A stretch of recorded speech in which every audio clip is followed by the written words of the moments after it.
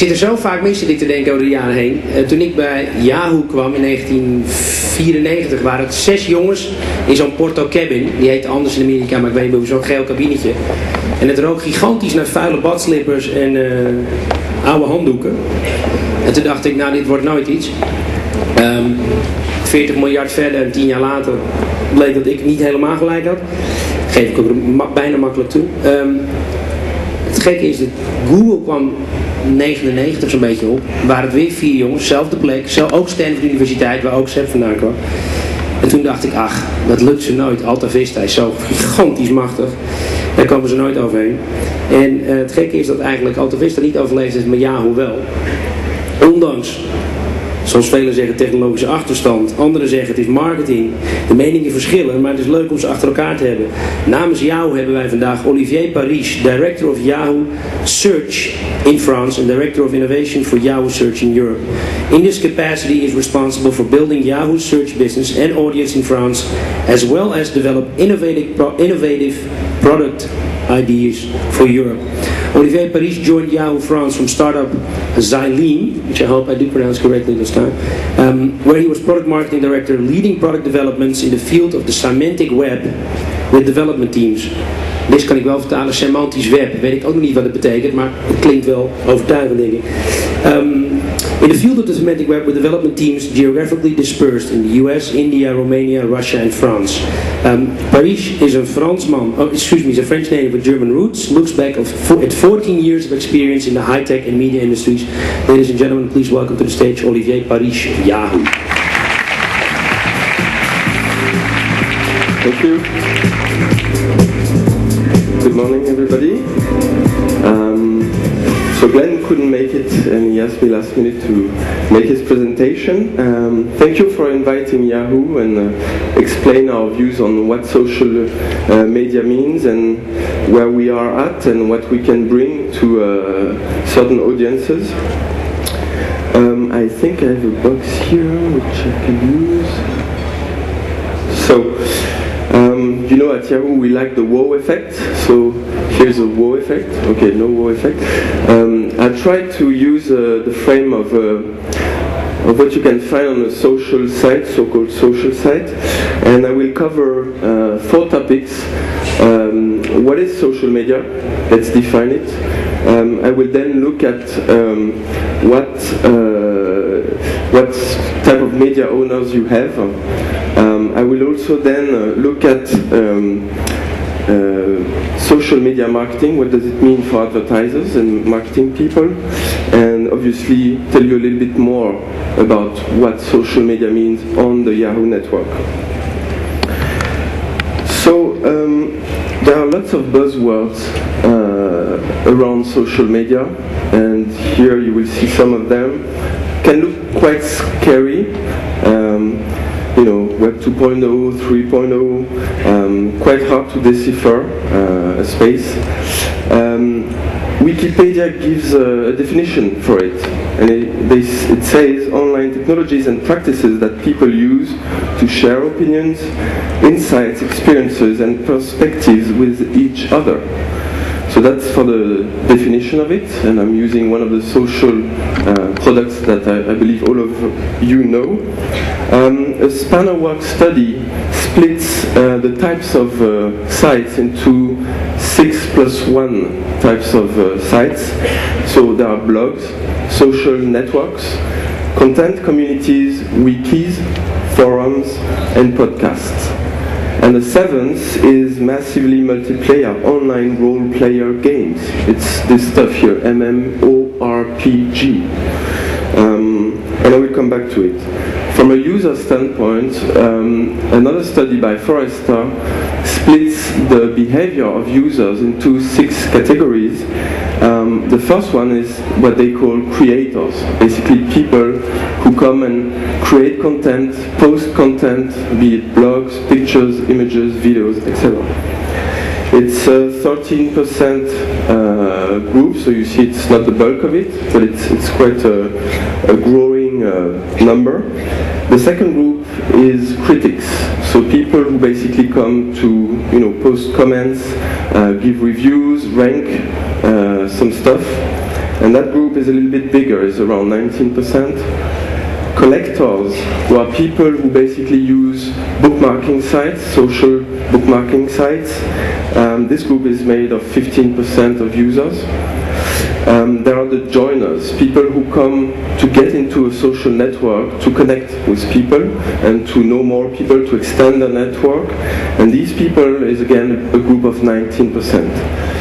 Then there are the spectators, people who read content, blogs, who visit galleries of pictures, images, etc., who look at basically the social space. This group is quite big, it's 33%. In that group, obviously, you will find the creators, because creators don't only create, they also consume content. And you have the last group, which is still a big group, but it's going to be interesting when this group, crosses the bridge and comes into the production sphere, let's call it that way. And these are the inactives, which is roughly half of the audience. So as you can see, if you add up all the percentages, it's more than 100%. It means these are behaviors that can be shared. A user can be in one or more groups. So overall, you see that it's not that scary. Why? Because what we are after is basically how to stay in touch. And this we've done for decades, for centuries, for thousands of years. So we share albums of pictures, we write letters, we go to pubs, so we have already a social life in the real life. We also use telephones. Here's an old-fashioned telephone. I should have put a mobile phone nowadays, and we are going to see that mobile is going to be more and more critical and important, in particular in the social media space. And when it comes to fields of interest and passions, we create tapes, we post notices on boards. So we have already all these activities in the real world. The only thing is everything is siloed, right? So all the things you do from a content point of view, from your fields of interest point of view, everything is siloed.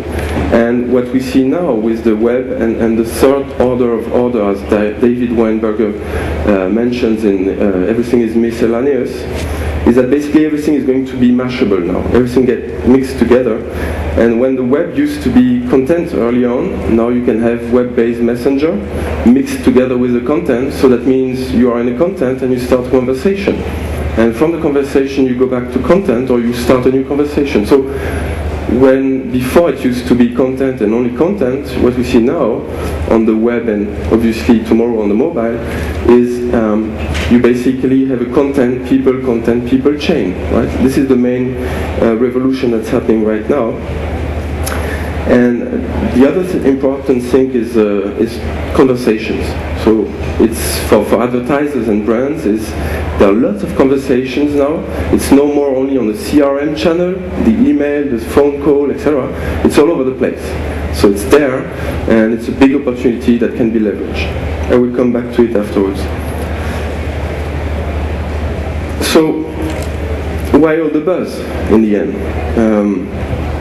Well, first of all, broadband has been the enabler of all of this. As I mentioned before, the integration of communication tools together with content on the web is also something that is a driver.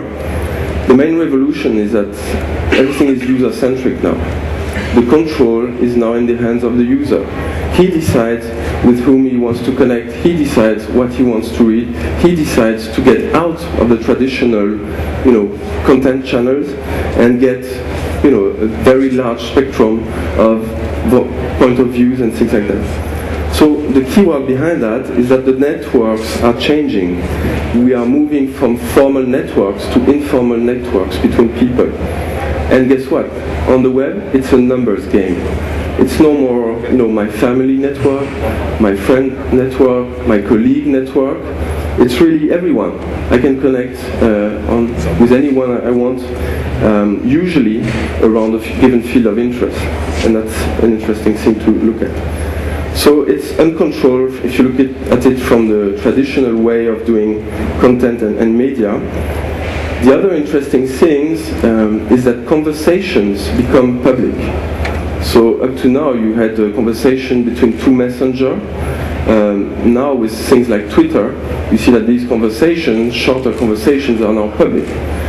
Which means that, as I said before, you have to cross a bridge, and the bridge that you need to cross is to cross a bridge from private world to public world. And that's something that's going to come smoothly but surely. At least that's what we believe at Yahoo.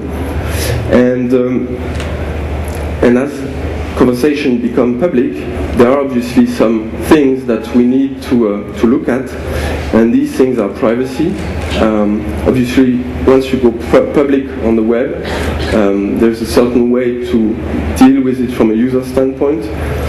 There's a trust issue, okay? As you know, trust takes a long time to build up. It takes a few seconds to destroy. But on the internet, you know, once trust is away, you switch, you go to the next contact and friend, and there you are. For the younger generation, I hear, you know, there's a loss of face-to-face content. Let me give you just one example. When I used to be younger, we had the telephone, the old one we saw just before, and when we came back from school, we had to wait until the tall sister had finished her conversations before I could start my own conversation with my friends. Now the kids, they come at home, they open 10 chat windows, and they talk with their friends, even with video, they can see each other, etc. So we see that the behaviors are completely changing, and we are moving beyond behavioral boundaries, sociological boundaries, economical boundaries, geographical boundaries. So the interesting thing is there is obviously a money thing to it, right? If you look at Rupert Murdoch buying MySpace for $850 million, Google buying YouTube for double that amount, obviously you can think there's something around that, right?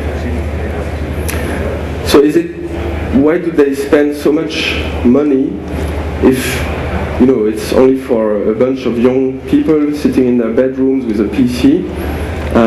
Let's go through a game here and try to see what the numbers are.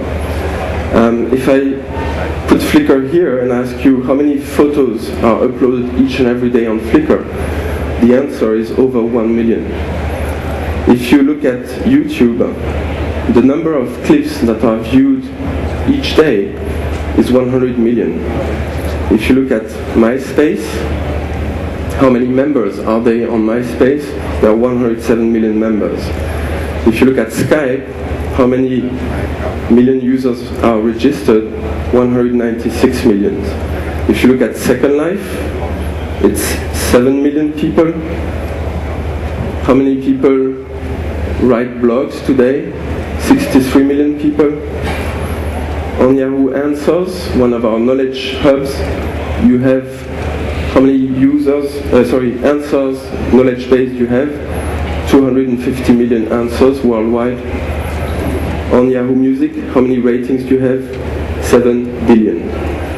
So this gives you an order of magnitude. It's really big, it's mainstream, it's there, and it's going to be there for a long time, just because of the, talking back on the inactives, there is still room for people to move into that sphere and benefit from that.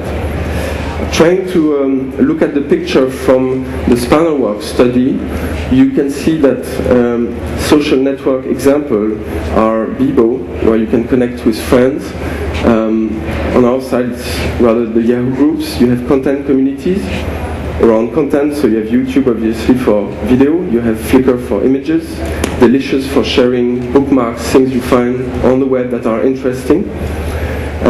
For the blogging, you have obviously Blogger and many other platforms. On our side, it's Yahoo 360. Wikis, I think everybody knows Wikipedia. For the MMORPGs, Second Life.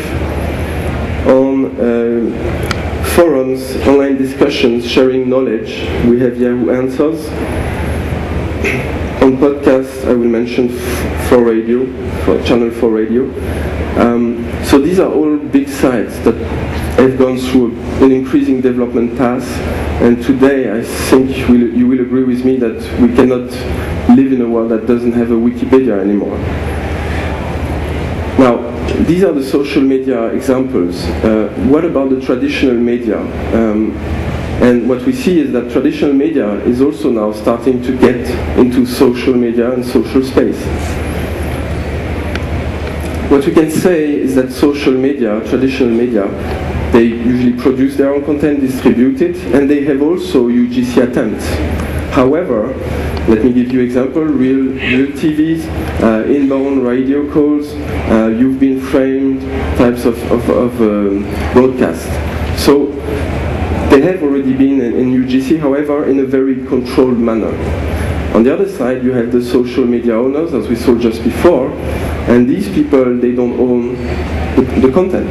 They are basically supplying a platform, and they give it to the community for the community to make it live and grow, and it's two different approaches. On one side, social media sites were targeting volumes of content. On traditional media, it's more about rich, qualitative content. And the interesting thing is that the two are converging into one thing, which we call Media 2.0, which is basically leveraging the quality, because there will always be a need for expertise for people who know their topic. I'm not saying that in UGC people don't know their topic, I'm just saying that both are required from a user standpoint, else we wouldn't see these types of development paths in terms of volumes of users.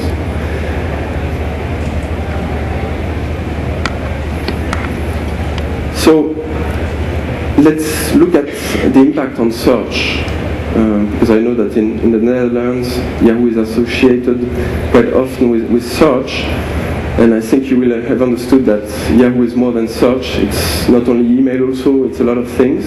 It's a media company.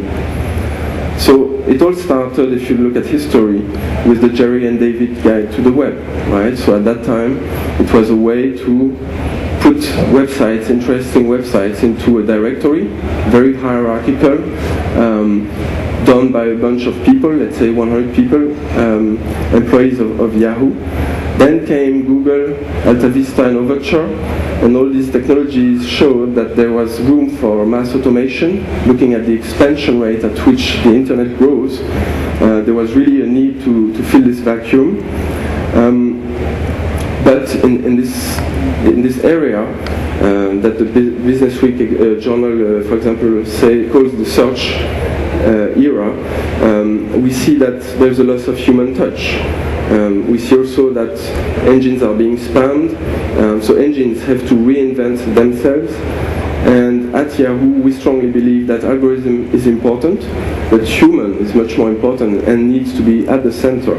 Algorithms are here to help, they are not here to replace humans. And what's happening now in social space and social search, as we call it, which is the social instance of search, with a product like Delicious, where basically people are creating a filter on top of the millions of results that you can get out of a cold search engine. They create a filter, which is a human filter, saying this is interesting, not interesting, I want to share it with someone or not. And doing that, we do what we call better search through people. And this is a very important, because it's about the wisdom of crowds. If you have, under the right circumstances, groups are remarkably intelligent. That's what James Surowski says. The circumstances that you need for this intelligence to pop up are diversity, independence, and decentralization. As soon as you have these three circumstances, you have much more value and knowledge from groups of people. Now, let's focus on advertisers. I'm sorry, I'm just late on the... So what's the opportunity for advertisers and marketing people? At first glance, it can look quite terrifying. Why? Because the user has the control. It's no more the traditional media. He really decides what he wants to see. So there's no more control inbound, it's control outbound, and it's controlled by the user. So there are basically three rules that should be followed, and I'm sharing here with you based on some of the knowledge we could gather through experiences, and I will also show you some examples afterwards. The first rule is obviously to add value.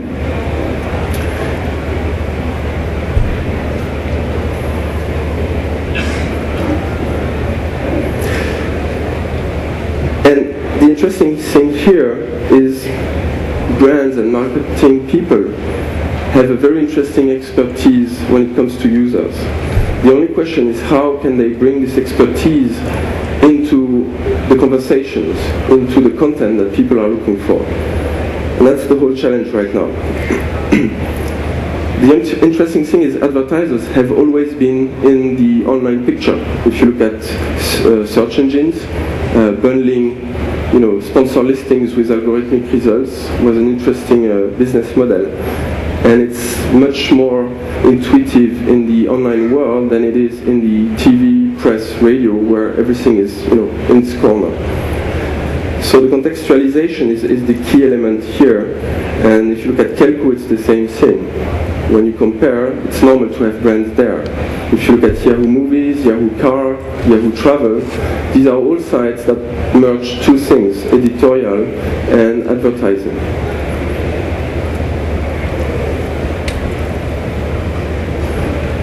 The second rule is to be true to yourself. What we mean by that is that you have this expertise. The challenge for you as an advertiser or as a brand is to be creative in the way you can get into the people's conversation. I'm going to give you an example. We did on Yahoo Answers a campaign with Sainsbury, and they didn't create questions and started conversation with people in the community, starting to ask, how do you think our services are? Do you like our products? Do you like our stores, etc.? They started from the recipe angle, right? So they started to bring valuable content on how you should do this type of recipe. The field was cooking, and that triggered a lot of response and feedback and conversations. So it's interesting because you can see that a brand can be personified also in the online world. How can it be personified? There are multiple ways. It can be bloggers. It could also be your own employees. If you know that you have good communicators in your companies, they could endorse this role and basically be the CRM person trying to get into the conversation, trying to help the people out, and creating a kind of awareness in this social space. One important rule also is usually advertisers they usually use their brand's campaign expertise and knowledge, and they want things to happen fast and with a big splash. In social space you don't control anything, so you don't know where it's going to end, who you're going to get in the end. You don't know if it's going to be positive, negative. You have to accept criticism. And very importantly, and because of that, you shouldn't try to create your own MySpace to try and create a community, because a community takes a long time to build up. The third rule is, you have to know what you're getting into, right? So you're getting into the open space, no control. It's really about relationship between people.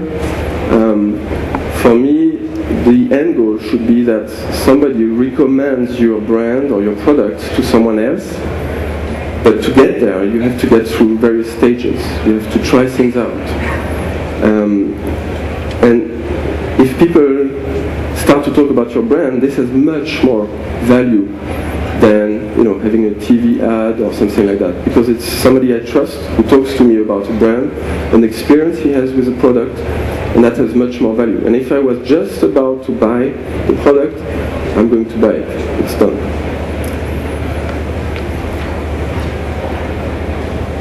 And obviously, don't do only social marketing. This should be one part of your campaign. And then comes the question of the sequence. What should I start first? Knowing the time frame, 5 minutes. Okay. So this leads me to basically Yahoo.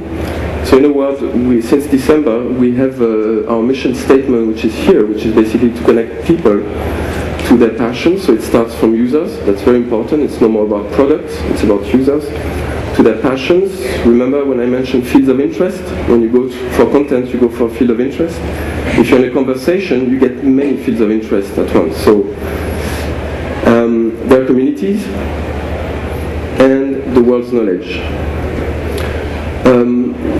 World's knowledge is basically search together with Yahoo Answers. Yahoo Answers being the human expertise that engines cannot provide. You ask a question in natural language, you get an answer from people who live the situation, and that comes along the very cold results from a search engine.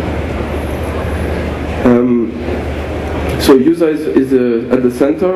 For that we use properties, so Yahoo Sports, Yahoo Cars, Yahoo Travel. We also use tools like JumpCut, Bix, Flickr, and we have what we call universal audiences like Yahoo Answers or Yahoo Groups. And we consider ourselves as a Media 2.0 company. So we consider that we are one of the pioneers at this crossroad between traditional media and social owners now, social media owners. So why does it work? On Yahoo, what we have is our multiple types of content in various forms, user-generated, head content, tail content, and we have the ability to mix all of this together. So if you compare that to a pub, you go to a pub, an English pub, because of the beer, but you also go to a pub because of the atmosphere, because of the people that are there. And every month we have more than 500 million users in that pub, which if it were a country on the planet, it would be the third country in the world.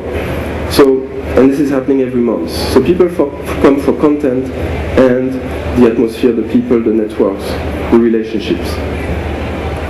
Now the examples.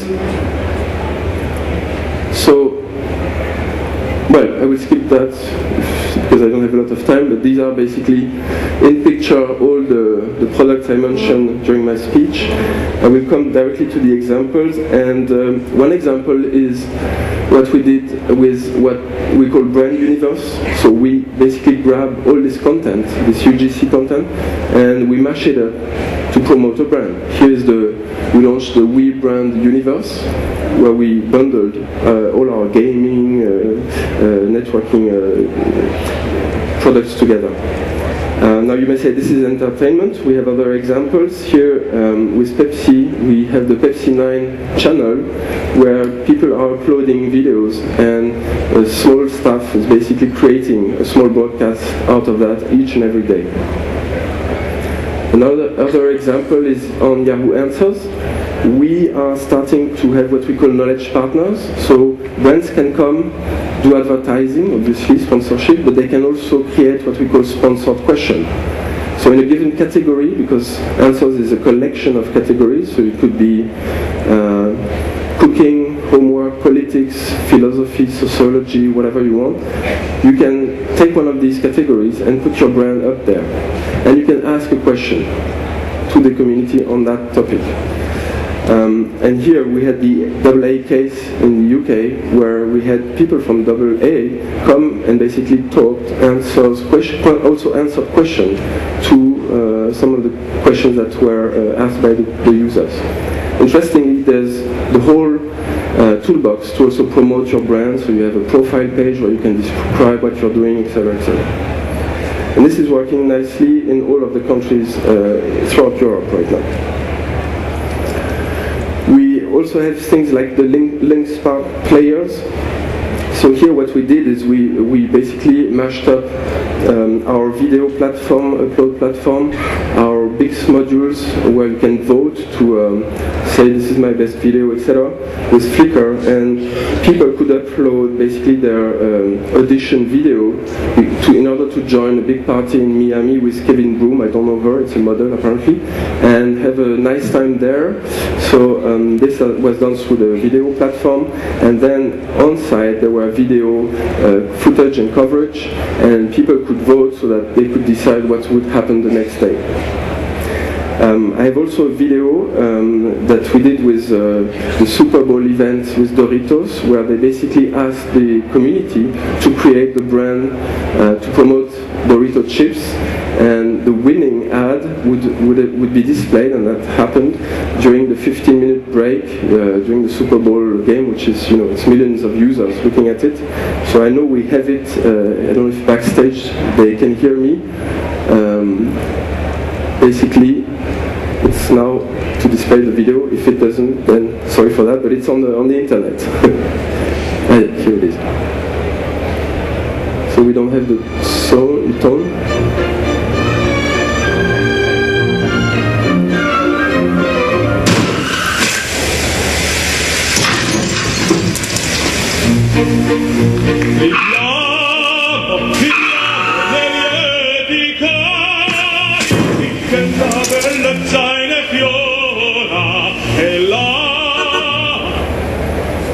So this was the example of a UGC advertisement that was done, as you can imagine, with a certain level of investment, quite low, and it was displayed at peak time on the US channels. Thank you for your attention.